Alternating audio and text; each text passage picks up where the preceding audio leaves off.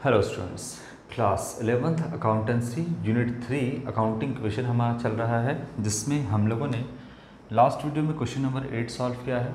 आज हम स्टार्ट करेंगे आपका क्वेश्चन नंबर 9।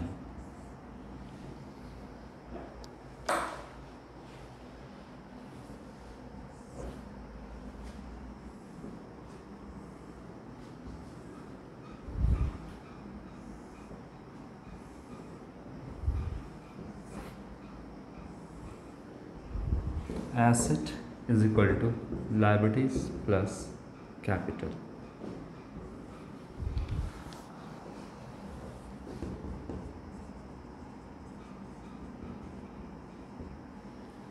ट्रांजैक्शंस, चलिए देखते हैं।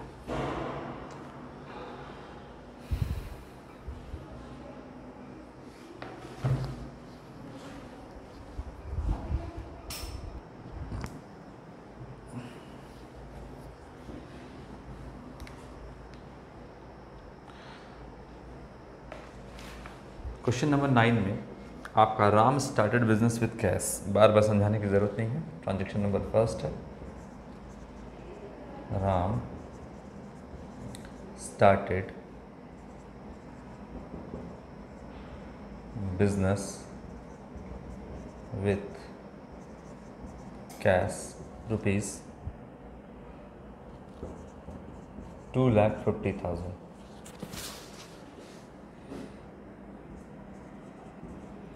कैश प्लस करेंगे 2,50,000,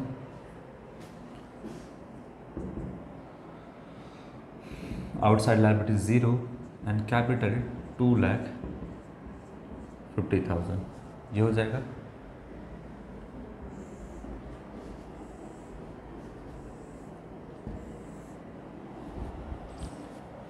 इसके बाद यहाँ पे हम लिखेंगे आपका new equation,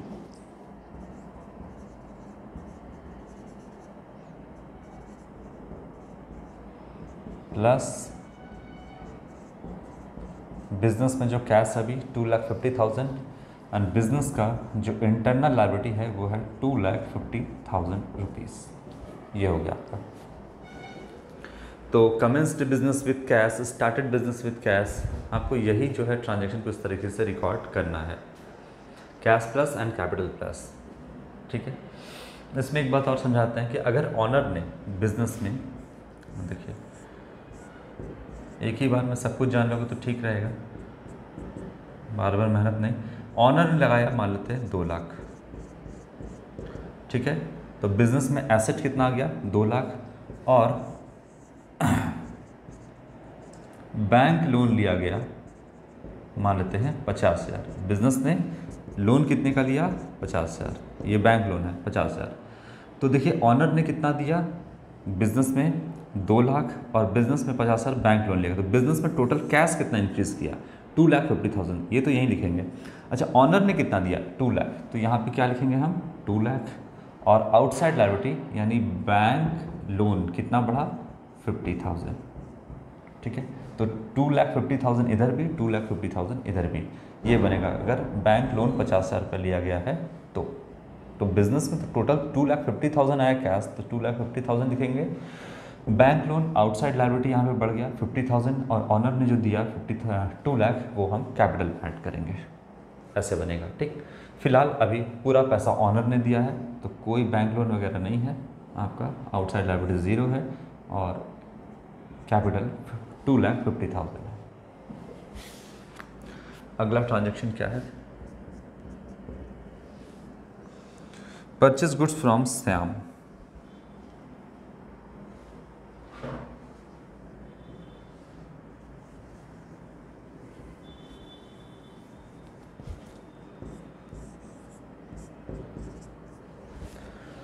purchase goods from Shyam,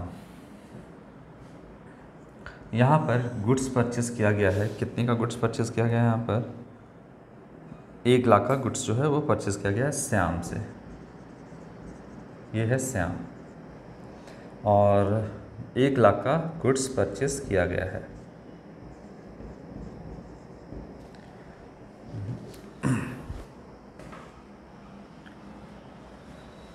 बताइए बिजनेस का स्टॉक कितने से बढ़ा? बिजनेस का जो स्टॉक है, गुड्स परचेस किया गया है, उधार में परचेस किया गया हो या कैश में परचेस किया गया हो, स्टॉक सबसे पहले आप इंक्रीज कर देना। जितने का गुड्स परचेस किया गया है, 1 लाख का है तो 1 लाख से स्टॉक प्लस कर दीजिएगा। अच्छा, अब सोचिए कि उधार में खरीदा गया है या फिर कैश में परचेस किया गया है। यहाँ पर ट्रांजेक्शन नंबर 2 में लिखा है कि परचेस गुड्स फ्रॉम श्याम, है ना।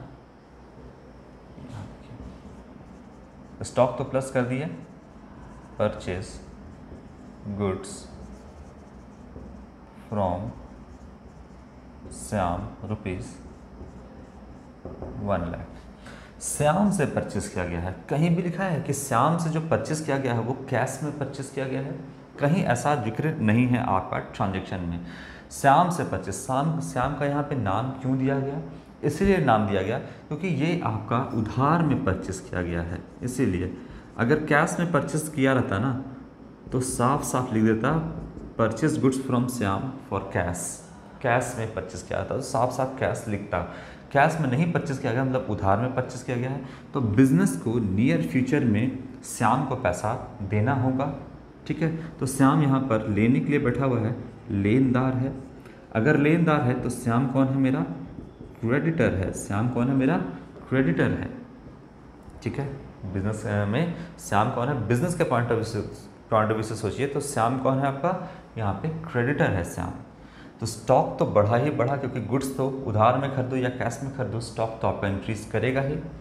कैश पेमेंट करते तो कैश 1 लाख रुपये माइनस करते हैं, लेकिन उधार में है तो यहाँ पर कौन बढ़ गया? श्याम। तो यहाँ पे हम श्याम नहीं लिखेंगे क्योंकि हमको नाम से मतलब नहीं है। बेसिक अकाउंटिंग टर्म्स में हम लोगों ने पढ़ा है यूनिट नंबर 1 में कि बेसिक अकाउंटिंग टर्म्स यानी क्या टर्म्स इस्तेमाल किया जाता है जिससे हम उधार में खरीदे हैं तो हम राम श्याम से खरीदे हैं, वो बात ठीक है, नाम तो यहाँ पर ठीक है, लेकिन राम श्याम मेरा है कौन? यहाँ पे श्याम मेरा है कौन? तो मेरा क्रेडिटर है। तो क्रेडिटर का हम यहाँ पर आउटसाइड लायबिलिटी में कौन है? श्याम है। अगर आप श्याम लिख दोगे तो पता नहीं चलेगा आपका कि आउटसाइड लायबिलिटी में श्याम कौन है, क्रेडिटर ही है या कौन है। तो आप श्याम लिख सकते हो, लेकिन यहाँ पे बेसिक अकाउंटिंग टर्म्स में हम लोगों ने क्या पढ़ा है? यहाँ पे पढ़ा है कि जो उधार में जो लेनदार होता है वो मेरा क्रेडिटर होता है। हम उसको अकाउंटिंग में जो जिस वर्ड से संबोधित करते हैं या जिस वर्ड से हम उसको डिनोट करते हैं वो क्रेडिटर है। तो आउटसाइड लायबिलिटी मेरा क्या है? क्रेडिटर है। तो हम यहाँ पे क्रेडिटर को प्लस कर देंगे 1 लाख रुपये से। ठीक है, 1 लाख से प्लस कर देंगे, ये होगा। तो जैसा पहले बार पिछला क्वेश्चन बताए थे उसी टाइप का है आपका। उधार में सामान खरीदा गया, परचेस करेंगे, स्टॉक प्लस और क्रेडिटर यहाँ पे प्लस। क्रेडिटर है कौन? तो याद रखिए यहाँ पे क्रेडिटर आपका श्याम है और आपको क्रेडिटर से ही मतलब है यहाँ पे।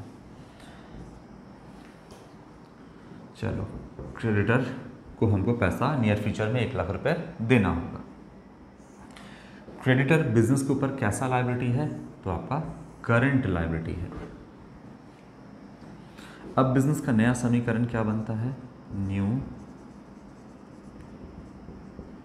इक्वेशन।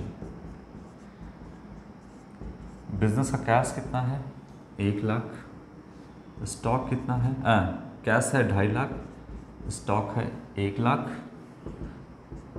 आउटसाइड लायबिलिटी यानी क्रेडिटर है 1 लाख और कैपिटल है 2.5 लाख। तो 3.5 लाख इधर और 3.5 लाख इधर। इक्वेशन मैच कर रहा है आपका। थर्ड ट्रांजेक्शन क्या कहता है?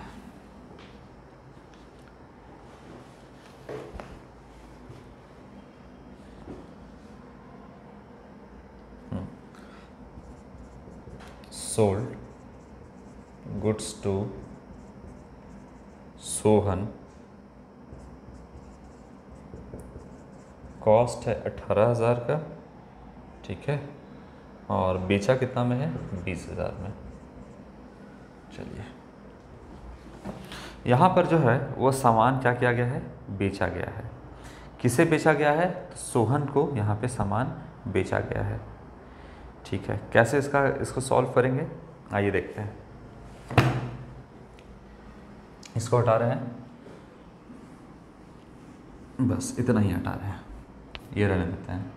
अब सामान बेचा गया है, खरीदा नहीं गया है। अब देखिए 1 लाख का सामान बिजनेस में गुड्स यानी स्टॉक है, इसको बेचा जाएगा। अब किसी को भी बेचा जाएगा, यहाँ पर किसको बेचा गया है, सोहन को बेचा गया, ये है सोहन। कितने का सामान बेचा गया है, तो बिजनेस में ये 1 लाख रुपए एट कॉस्ट है। मतलब जाहिर सी बात है कि 1 लाख रुपए का सामान बिजनेस में है, इसको प्रॉफिट में ही बेचेगा। लेकिन बिजनेस में अभी सामान बेचा कितना गया है, कॉस्ट बोलता है कि sold goods to Sohan cost 18,000। ये 1 लाख रुपए भी पूरे कॉस्ट पे है, लेकिन 1 लाख का सामान नहीं बेचा गया है। जितना जैसा कस्टमर आएगा वैसा हम बेचेंगे। तो कितने का इसमें से सामान निकाला गया, माइनस निकाला जाएगा ना बेचने के लिए, कितने का निकाला गया, कितने के कॉस्ट का सामान निकाला गया, तो 18,000 का सामान निकाला गया। ठीक है, तो स्टॉक माइनस कर दिए 18,000 से। कितने के कॉस्ट का सामान निकाला गया, 18,000 का। 18,000 का सामान ये हो गया कॉस्ट प्राइस 18,000 का। इसको कितने में बेचा गया, सोहन को। जाहिर सी बात है ऐड करेंगे क्या इसमें, प्रॉफिट कितना में बेचे हैं, 18,000 सामान 20,000 में बेचे हैं, यानी 2,000 रुपये का प्रॉफिट हुआ। तो सेलिंग प्राइस कितने का हुआ, सेलिंग प्राइस 20,000 का हुआ। यानी सोहन को यहीं पर लिख देते हैं 20,000 में बेचा गया सामान। सेलिंग प्राइस क्या है, 20,000, यानी सोहन को 20,000 का बेचा गया। अब कहीं भी लिखा है क्वेश्चन में कि कैश में बेचा गया है। अगर कैश में बेचा जाता तो बिजनेस को 20,000 का कैश रिसीव होता। ठीक, तो 20,000 का कैश रिसीव होता की बात कर रहे हैं, अभी हुआ नहीं है। 20,000 अगर कैश में होता ट्रांजेक्शन तो 20,000 कैश प्लस कर देते। ठीक है, तो कैश में आ जाता, कैश प्लस होता 20,000, बिजनेस को कितना मिलता 20,000। और 2,000 रुपये का प्रॉफिट हुआ ना, 18 और प्लस 2,000 रुपये का क्या हुआ, प्रॉफिट हुआ। Profit is a source of additional capital. Profit जो है वो कैपिटल को इंक्रीज करता है, इसलिए हम कैपिटल को यहाँ पे 2,000 से प्लस कर देते। ठीक है, ये होता है। लेकिन यहाँ पे बोला सोहन को बेचा गया है, तो सोहन को बेचा गया है तो ये कौन है, क्या लेनदार है, नहीं। बेचा गया सामान तो अब ये देनदार है। देनदार कितना देगा, तो 20,000 रुपये सोहन नियर फ्यूचर में बिजनेस को देगा, बट दिया तो नहीं है। अगर दिया ही नहीं है तो जाहिर सी बात है कैश प्लस होगा भी नहीं, तो यहाँ पे हटा देते हैं। कैश तो नहीं बढ़ा, कैश तो नहीं बढ़ा। देखिए यहाँ पे लिखते हैं अगर बढ़ता तो 20,000 प्लस करते। कैश तो नहीं बढ़ा, लेकिन उसकी जगह पे कैश नहीं बढ़ा तो उसकी जगह पे क्या बढ़ गया, डेटर बढ़ गया। डेटर भी तो मेरा एसेट होता है ना। डेटर कितने का से बढ़ गया मेरा, 20,000 से मेरा डेटर बढ़ा। कैश बढ़ता, कैश की जगह क्या बढ़ गया, डेटर बढ़ गया, ऐसा। तो देखिए कैश प्लस होता, यहाँ पे नहीं हुआ तो डेटर प्लस हो गया। तो एक ही बात हुआ यहाँ पे, एक ही बात तो नहीं, कैश तो आया नहीं, लेकिन डेटर करेंट एसेट तो आपका यहाँ पे बढ़ा ही बढ़ा। ठीक है, तो स्टॉक माइनस 18,000 से, डेटर प्लस 20,000 से। तो देखिए प्लस इधर है, 2,000 प्लस आपका एसेट साइड में है, क्योंकि प्लस बड़ा है माइनस छोटा है। कितना बड़ा है, तो 2,000 से बड़ा है। तो 2,000 रुपये कैश प्लस हुआ, और इज इक्वल टू कुछ साइड देखिए 2,000 रुपये अभी भी प्लस हुआ। सवाल यहाँ यह उठता है कि 2,000 अब कैश तो मिला ही नहीं, तो हम फिर कैपिटल में 2,000 प्रॉफिट क्यों ऐड करें।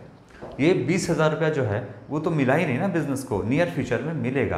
प्रॉफिट हुआ लेकिन अभी मिला तो नहीं, तो कैपिटल में क्यों ऐड करते हैं। एक्चुअल कंसेप्ट यहाँ पे काम आता है, मिला हो या ना मिला हो, है ना, उसको अपना इनकम मानते हुए हम उसको रिकॉर्ड करेंगे, यानी कैपिटल में प्लस करेंगे।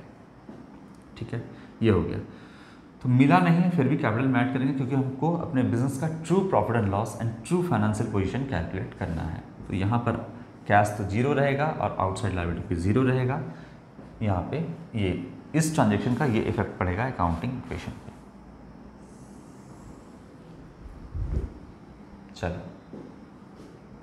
नया समीकरण, न्यू इक्वेशन क्या बनता है।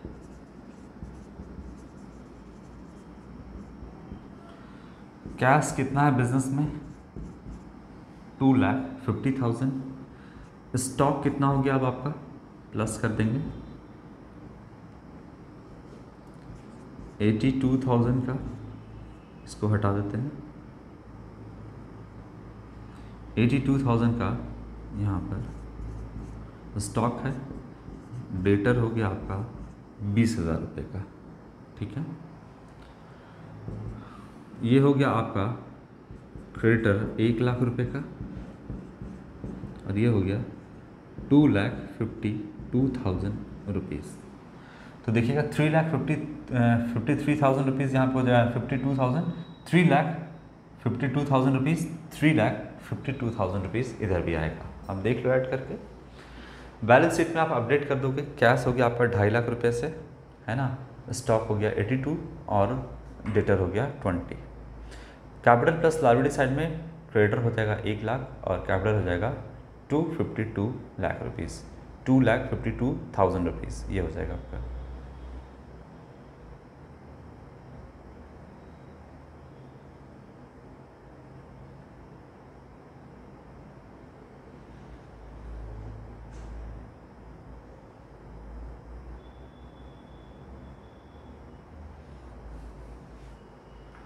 चलिए लास्ट ट्रांजेक्शन देखते हैं क्या है।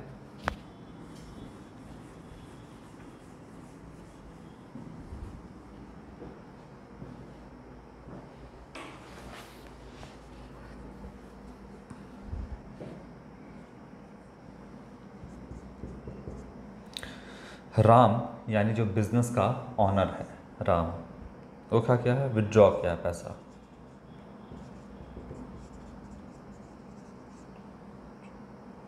विड्रॉ कैश विड्रॉ किया है from business for personal use.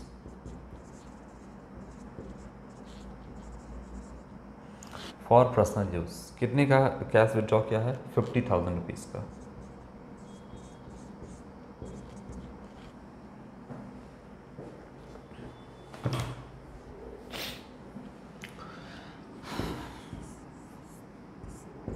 ये बिजनेस है और ये बिजनेस का ऑनर है राम।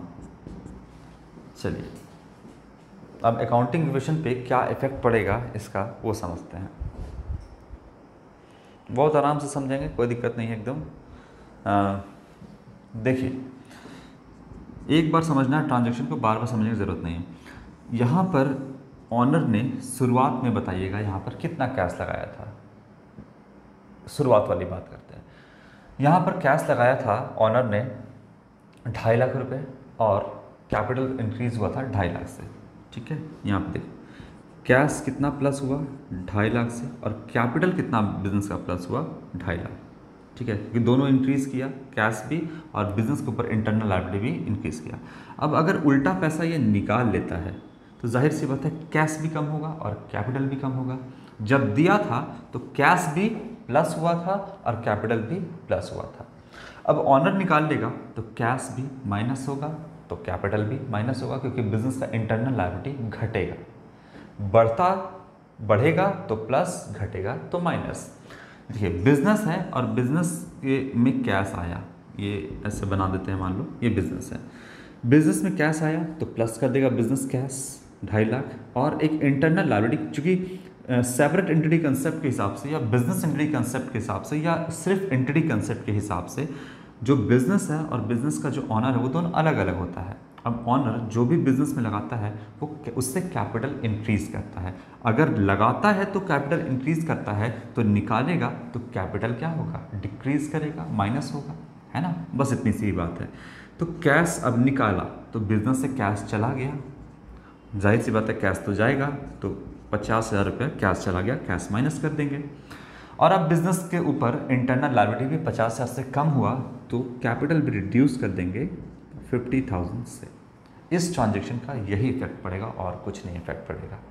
कैश निकाला तो कैश माइनस कर देंगे और कैपिटल माइनस कर देंगे। अगर गुड्स निकाल लिया, मान लीजिए कि अगर गुड्स निकाल लेगा तो क्या करेंगे, गुड्स माइनस कर देंगे यानी स्टॉक माइनस कर देंगे, लेकिन कैपिटल भी माइनस होगा, क्योंकि हर चीज़ का वैल्यू मनी में है। तो यहाँ पर स्टॉक कम होगा लेकिन मनी में वैल्यू है तो कैपिटल में ही, मतलब कैपिटल भी उसका रिड्यूस होगा, क्योंकि अपने ही बिजनेस से वो निकाल रहा है पैसा। तो जाहिर से है अपने बिजनेस में जो भी लगाया वो कैपिटल का हिस्सा है, अगर तो अपने बिजनेस से अगर निकालेगा तो जाहिर से उसका कैपिटल भी रिड्यूस करेगा। तो अगर स्टॉक निकालेगा तो स्टॉक माइनस कैपिटल माइनस, अगर कोई एसेट निकालता है तो एसेट माइनस कैपिटल माइनस, अगर कैश निकालता है तो कैश माइनस कैपिटल माइनस, ये होगा आपका। ठीक है, चलो तो फिलहाल कैश निकाला है तो कैश माइनस करेंगे और कैपिटल माइनस करेंगे। इस ट्रांजेक्शन का स्टॉक पे कोई फ़र्क नहीं पड़ेगा, डेटर पे भी कोई फ़र्क नहीं पड़ेगा और आउटसाइड लायबिलिटी पे भी कोई फ़र्क नहीं पड़ेगा। फाइनल इक्वेशन क्या है? फाइनल इक्वेशन, बिजनेस में कैश है अब कितना, 2 लाख रुपए का, 82,000 का, 82,000 रुपये का स्टॉक है, डेटर है 20,000 का,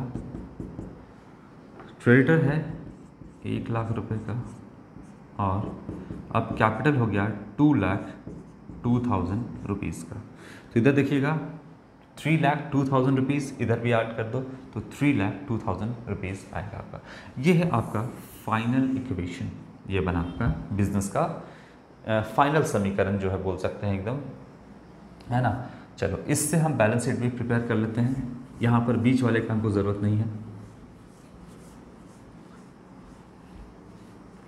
यहाँ पे हम बना लेते हैं बैलेंस शीट।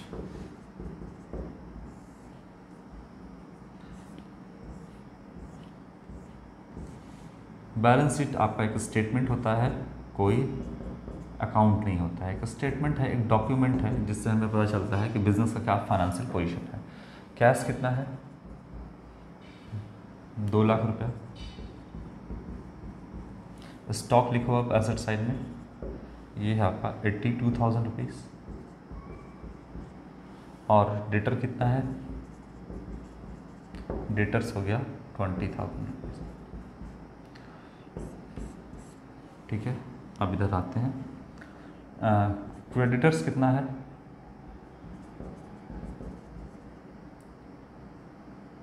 हाँ क्रेडिटर्स कितना है आपका 1 लाख रुपीज़।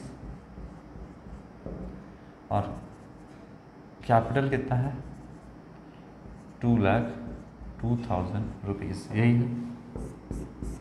देखिए 3,02,000 रुपीज़ और इधर भी आप ऐड कर दोगे तो 3,02,000 रुपीज़, ये हो जाएगा आपका बैलेंस शीट भी प्रिपेयर। दोनों टैली कर गया, क्योंकि बैलेंस शीट भी टैली करना ही है, क्योंकि ये भी आपका क्या है, अकाउंटिंग इक्वेशन पे बेस्ड है। अकाउंटिंग इक्वेशन का ही दूसरा नाम बैलेंस शीट इक्वेशन है, तो बैलेंस शीट टैली करना ही है आपका। अब कितना भी क्वेश्चन आप सॉल्व करोगे, फाइनल अकाउंट जब आप प्रिपेयर करेंगे तो हमने गलत किया या सही किया या कैसे पता चलता है, तो हम पता करते हैं कि बैलेंस शीट टैली किया या नहीं। बैलेंस शीट टैली किया है इसका मतलब आप सही सब कुछ सही किए हैं, क्योंकि सब कुछ आपका डुअल एस्पेक्ट कंसेप्ट पे यहाँ पे चल रहा है। डुअल एस्पेक्ट कंसेप्ट का मतलब हो गया, एक ट्रांजेक्शन को हम डेबिट करते हैं, ट्रांजेक्शन के एक पहलू को हम डेबिट करते हैं और दूसरे पहलू को हम यहाँ पे क्रेडिट करते हैं, और दोनों पहलू हमेशा इक्वल एंड बराबर ही होता है, कभी भी वो डिसमैच नहीं करेगा। तो अगर बैलेंस शीट अगर टैली कर गया तो इसका मतलब आपने सब कुछ सही किया है, अगर बैलेंस शीट टैली नहीं कर रहा तो इसका मतलब आपने कहीं पे मिस्टेक किया है, गलती किया है। चलिए, तो क्वेश्चन नंबर 9 हो गया। क्वेश्चन नंबर जो आपका 10 है वो हम नेक्स्ट वीडियो में करेंगे। याद रखिएगा, हर क्वेश्चन का में जब जितना भी आप अकाउंटिंग क्वेश्चन के क्वेश्चन को सॉल्व करो, आप बैलेंस शीट जरूर प्रिपेयर करोगे, इससे आपका प्रैक्टिस होगा बैलेंस शीट के ऊपर। हालांकि बैलेंस शीट इस तरीके से बनाना तो आपको बहुत आसान लग रहा होगा, लेकिन जब फाइनल इक्वेशन पढ़ेंगे तब आपको, चूँकि अभी प्रैक्टिस हो जाएगा तो उस समय आपको समझ में आएगा कि किस तरीके से कहाँ पे आइटम, कौन कौन सा आइटम कहाँ पे जाता है, ये बात आपको ध्यान रहेगा। और ये भी ध्यान रहेगा उस समय कि अकाउंटिंग इक्वेशन भी आपके माइंड में पहले से रहेगा। ठीक है, बैलेंस शीट आप जब प्रिपेयर करोगे फाइनल अकाउंट में, तो आप ये बात आपके दिमाग में पहले से रहेगा कि अकाउंटिंग इक्वेशन पे ही तो ये बेस्ड है, ये तो हम पहले ही पढ़ चुके हैं, तो आपको उस समय पे जाकर के ज़्यादा प्रॉब्लम नहीं होगा समझने में। और वहाँ पे ये सवाल भी आप नहीं पूछोगे कि सर बैलेंस शीट टैली कर जाता है, इसका क्या मतलब है, क्योंकि वो अकाउंटिंग इक्वेशन पे है, बैलेंस शीट इक्वेशन जो है आपका उस पर बेस्ड है, तो वो टैली करेगा ही। और सारा ट्रांजेक्शन जो हम रिकॉर्ड करते हैं वो डुअल एस्पेक्ट कंसेप्ट पे करते हैं, चाहे आपका अकाउंटिंग इक्वेशन हो, चाहे आपका डेबिट क्रेडिट के फॉर्म में हो। ये दोनों अकाउंटिंग इक्वेशन भी और जो हम जर्नल बनाएंगे वो भी आपका डुअल एस्पेक्ट कंसेप्ट पे ही बेस्ड होगा। चलिए, तो छोटा छोटा ही कॉन्सेप्ट है आपका, लेकिन हर जगह काम आते जाएगा आपका। तो क्वेश्चन नंबर 10 नेक्स्ट वीडियो में। आज के लिए इतना ही बच्चों, थैंक यू।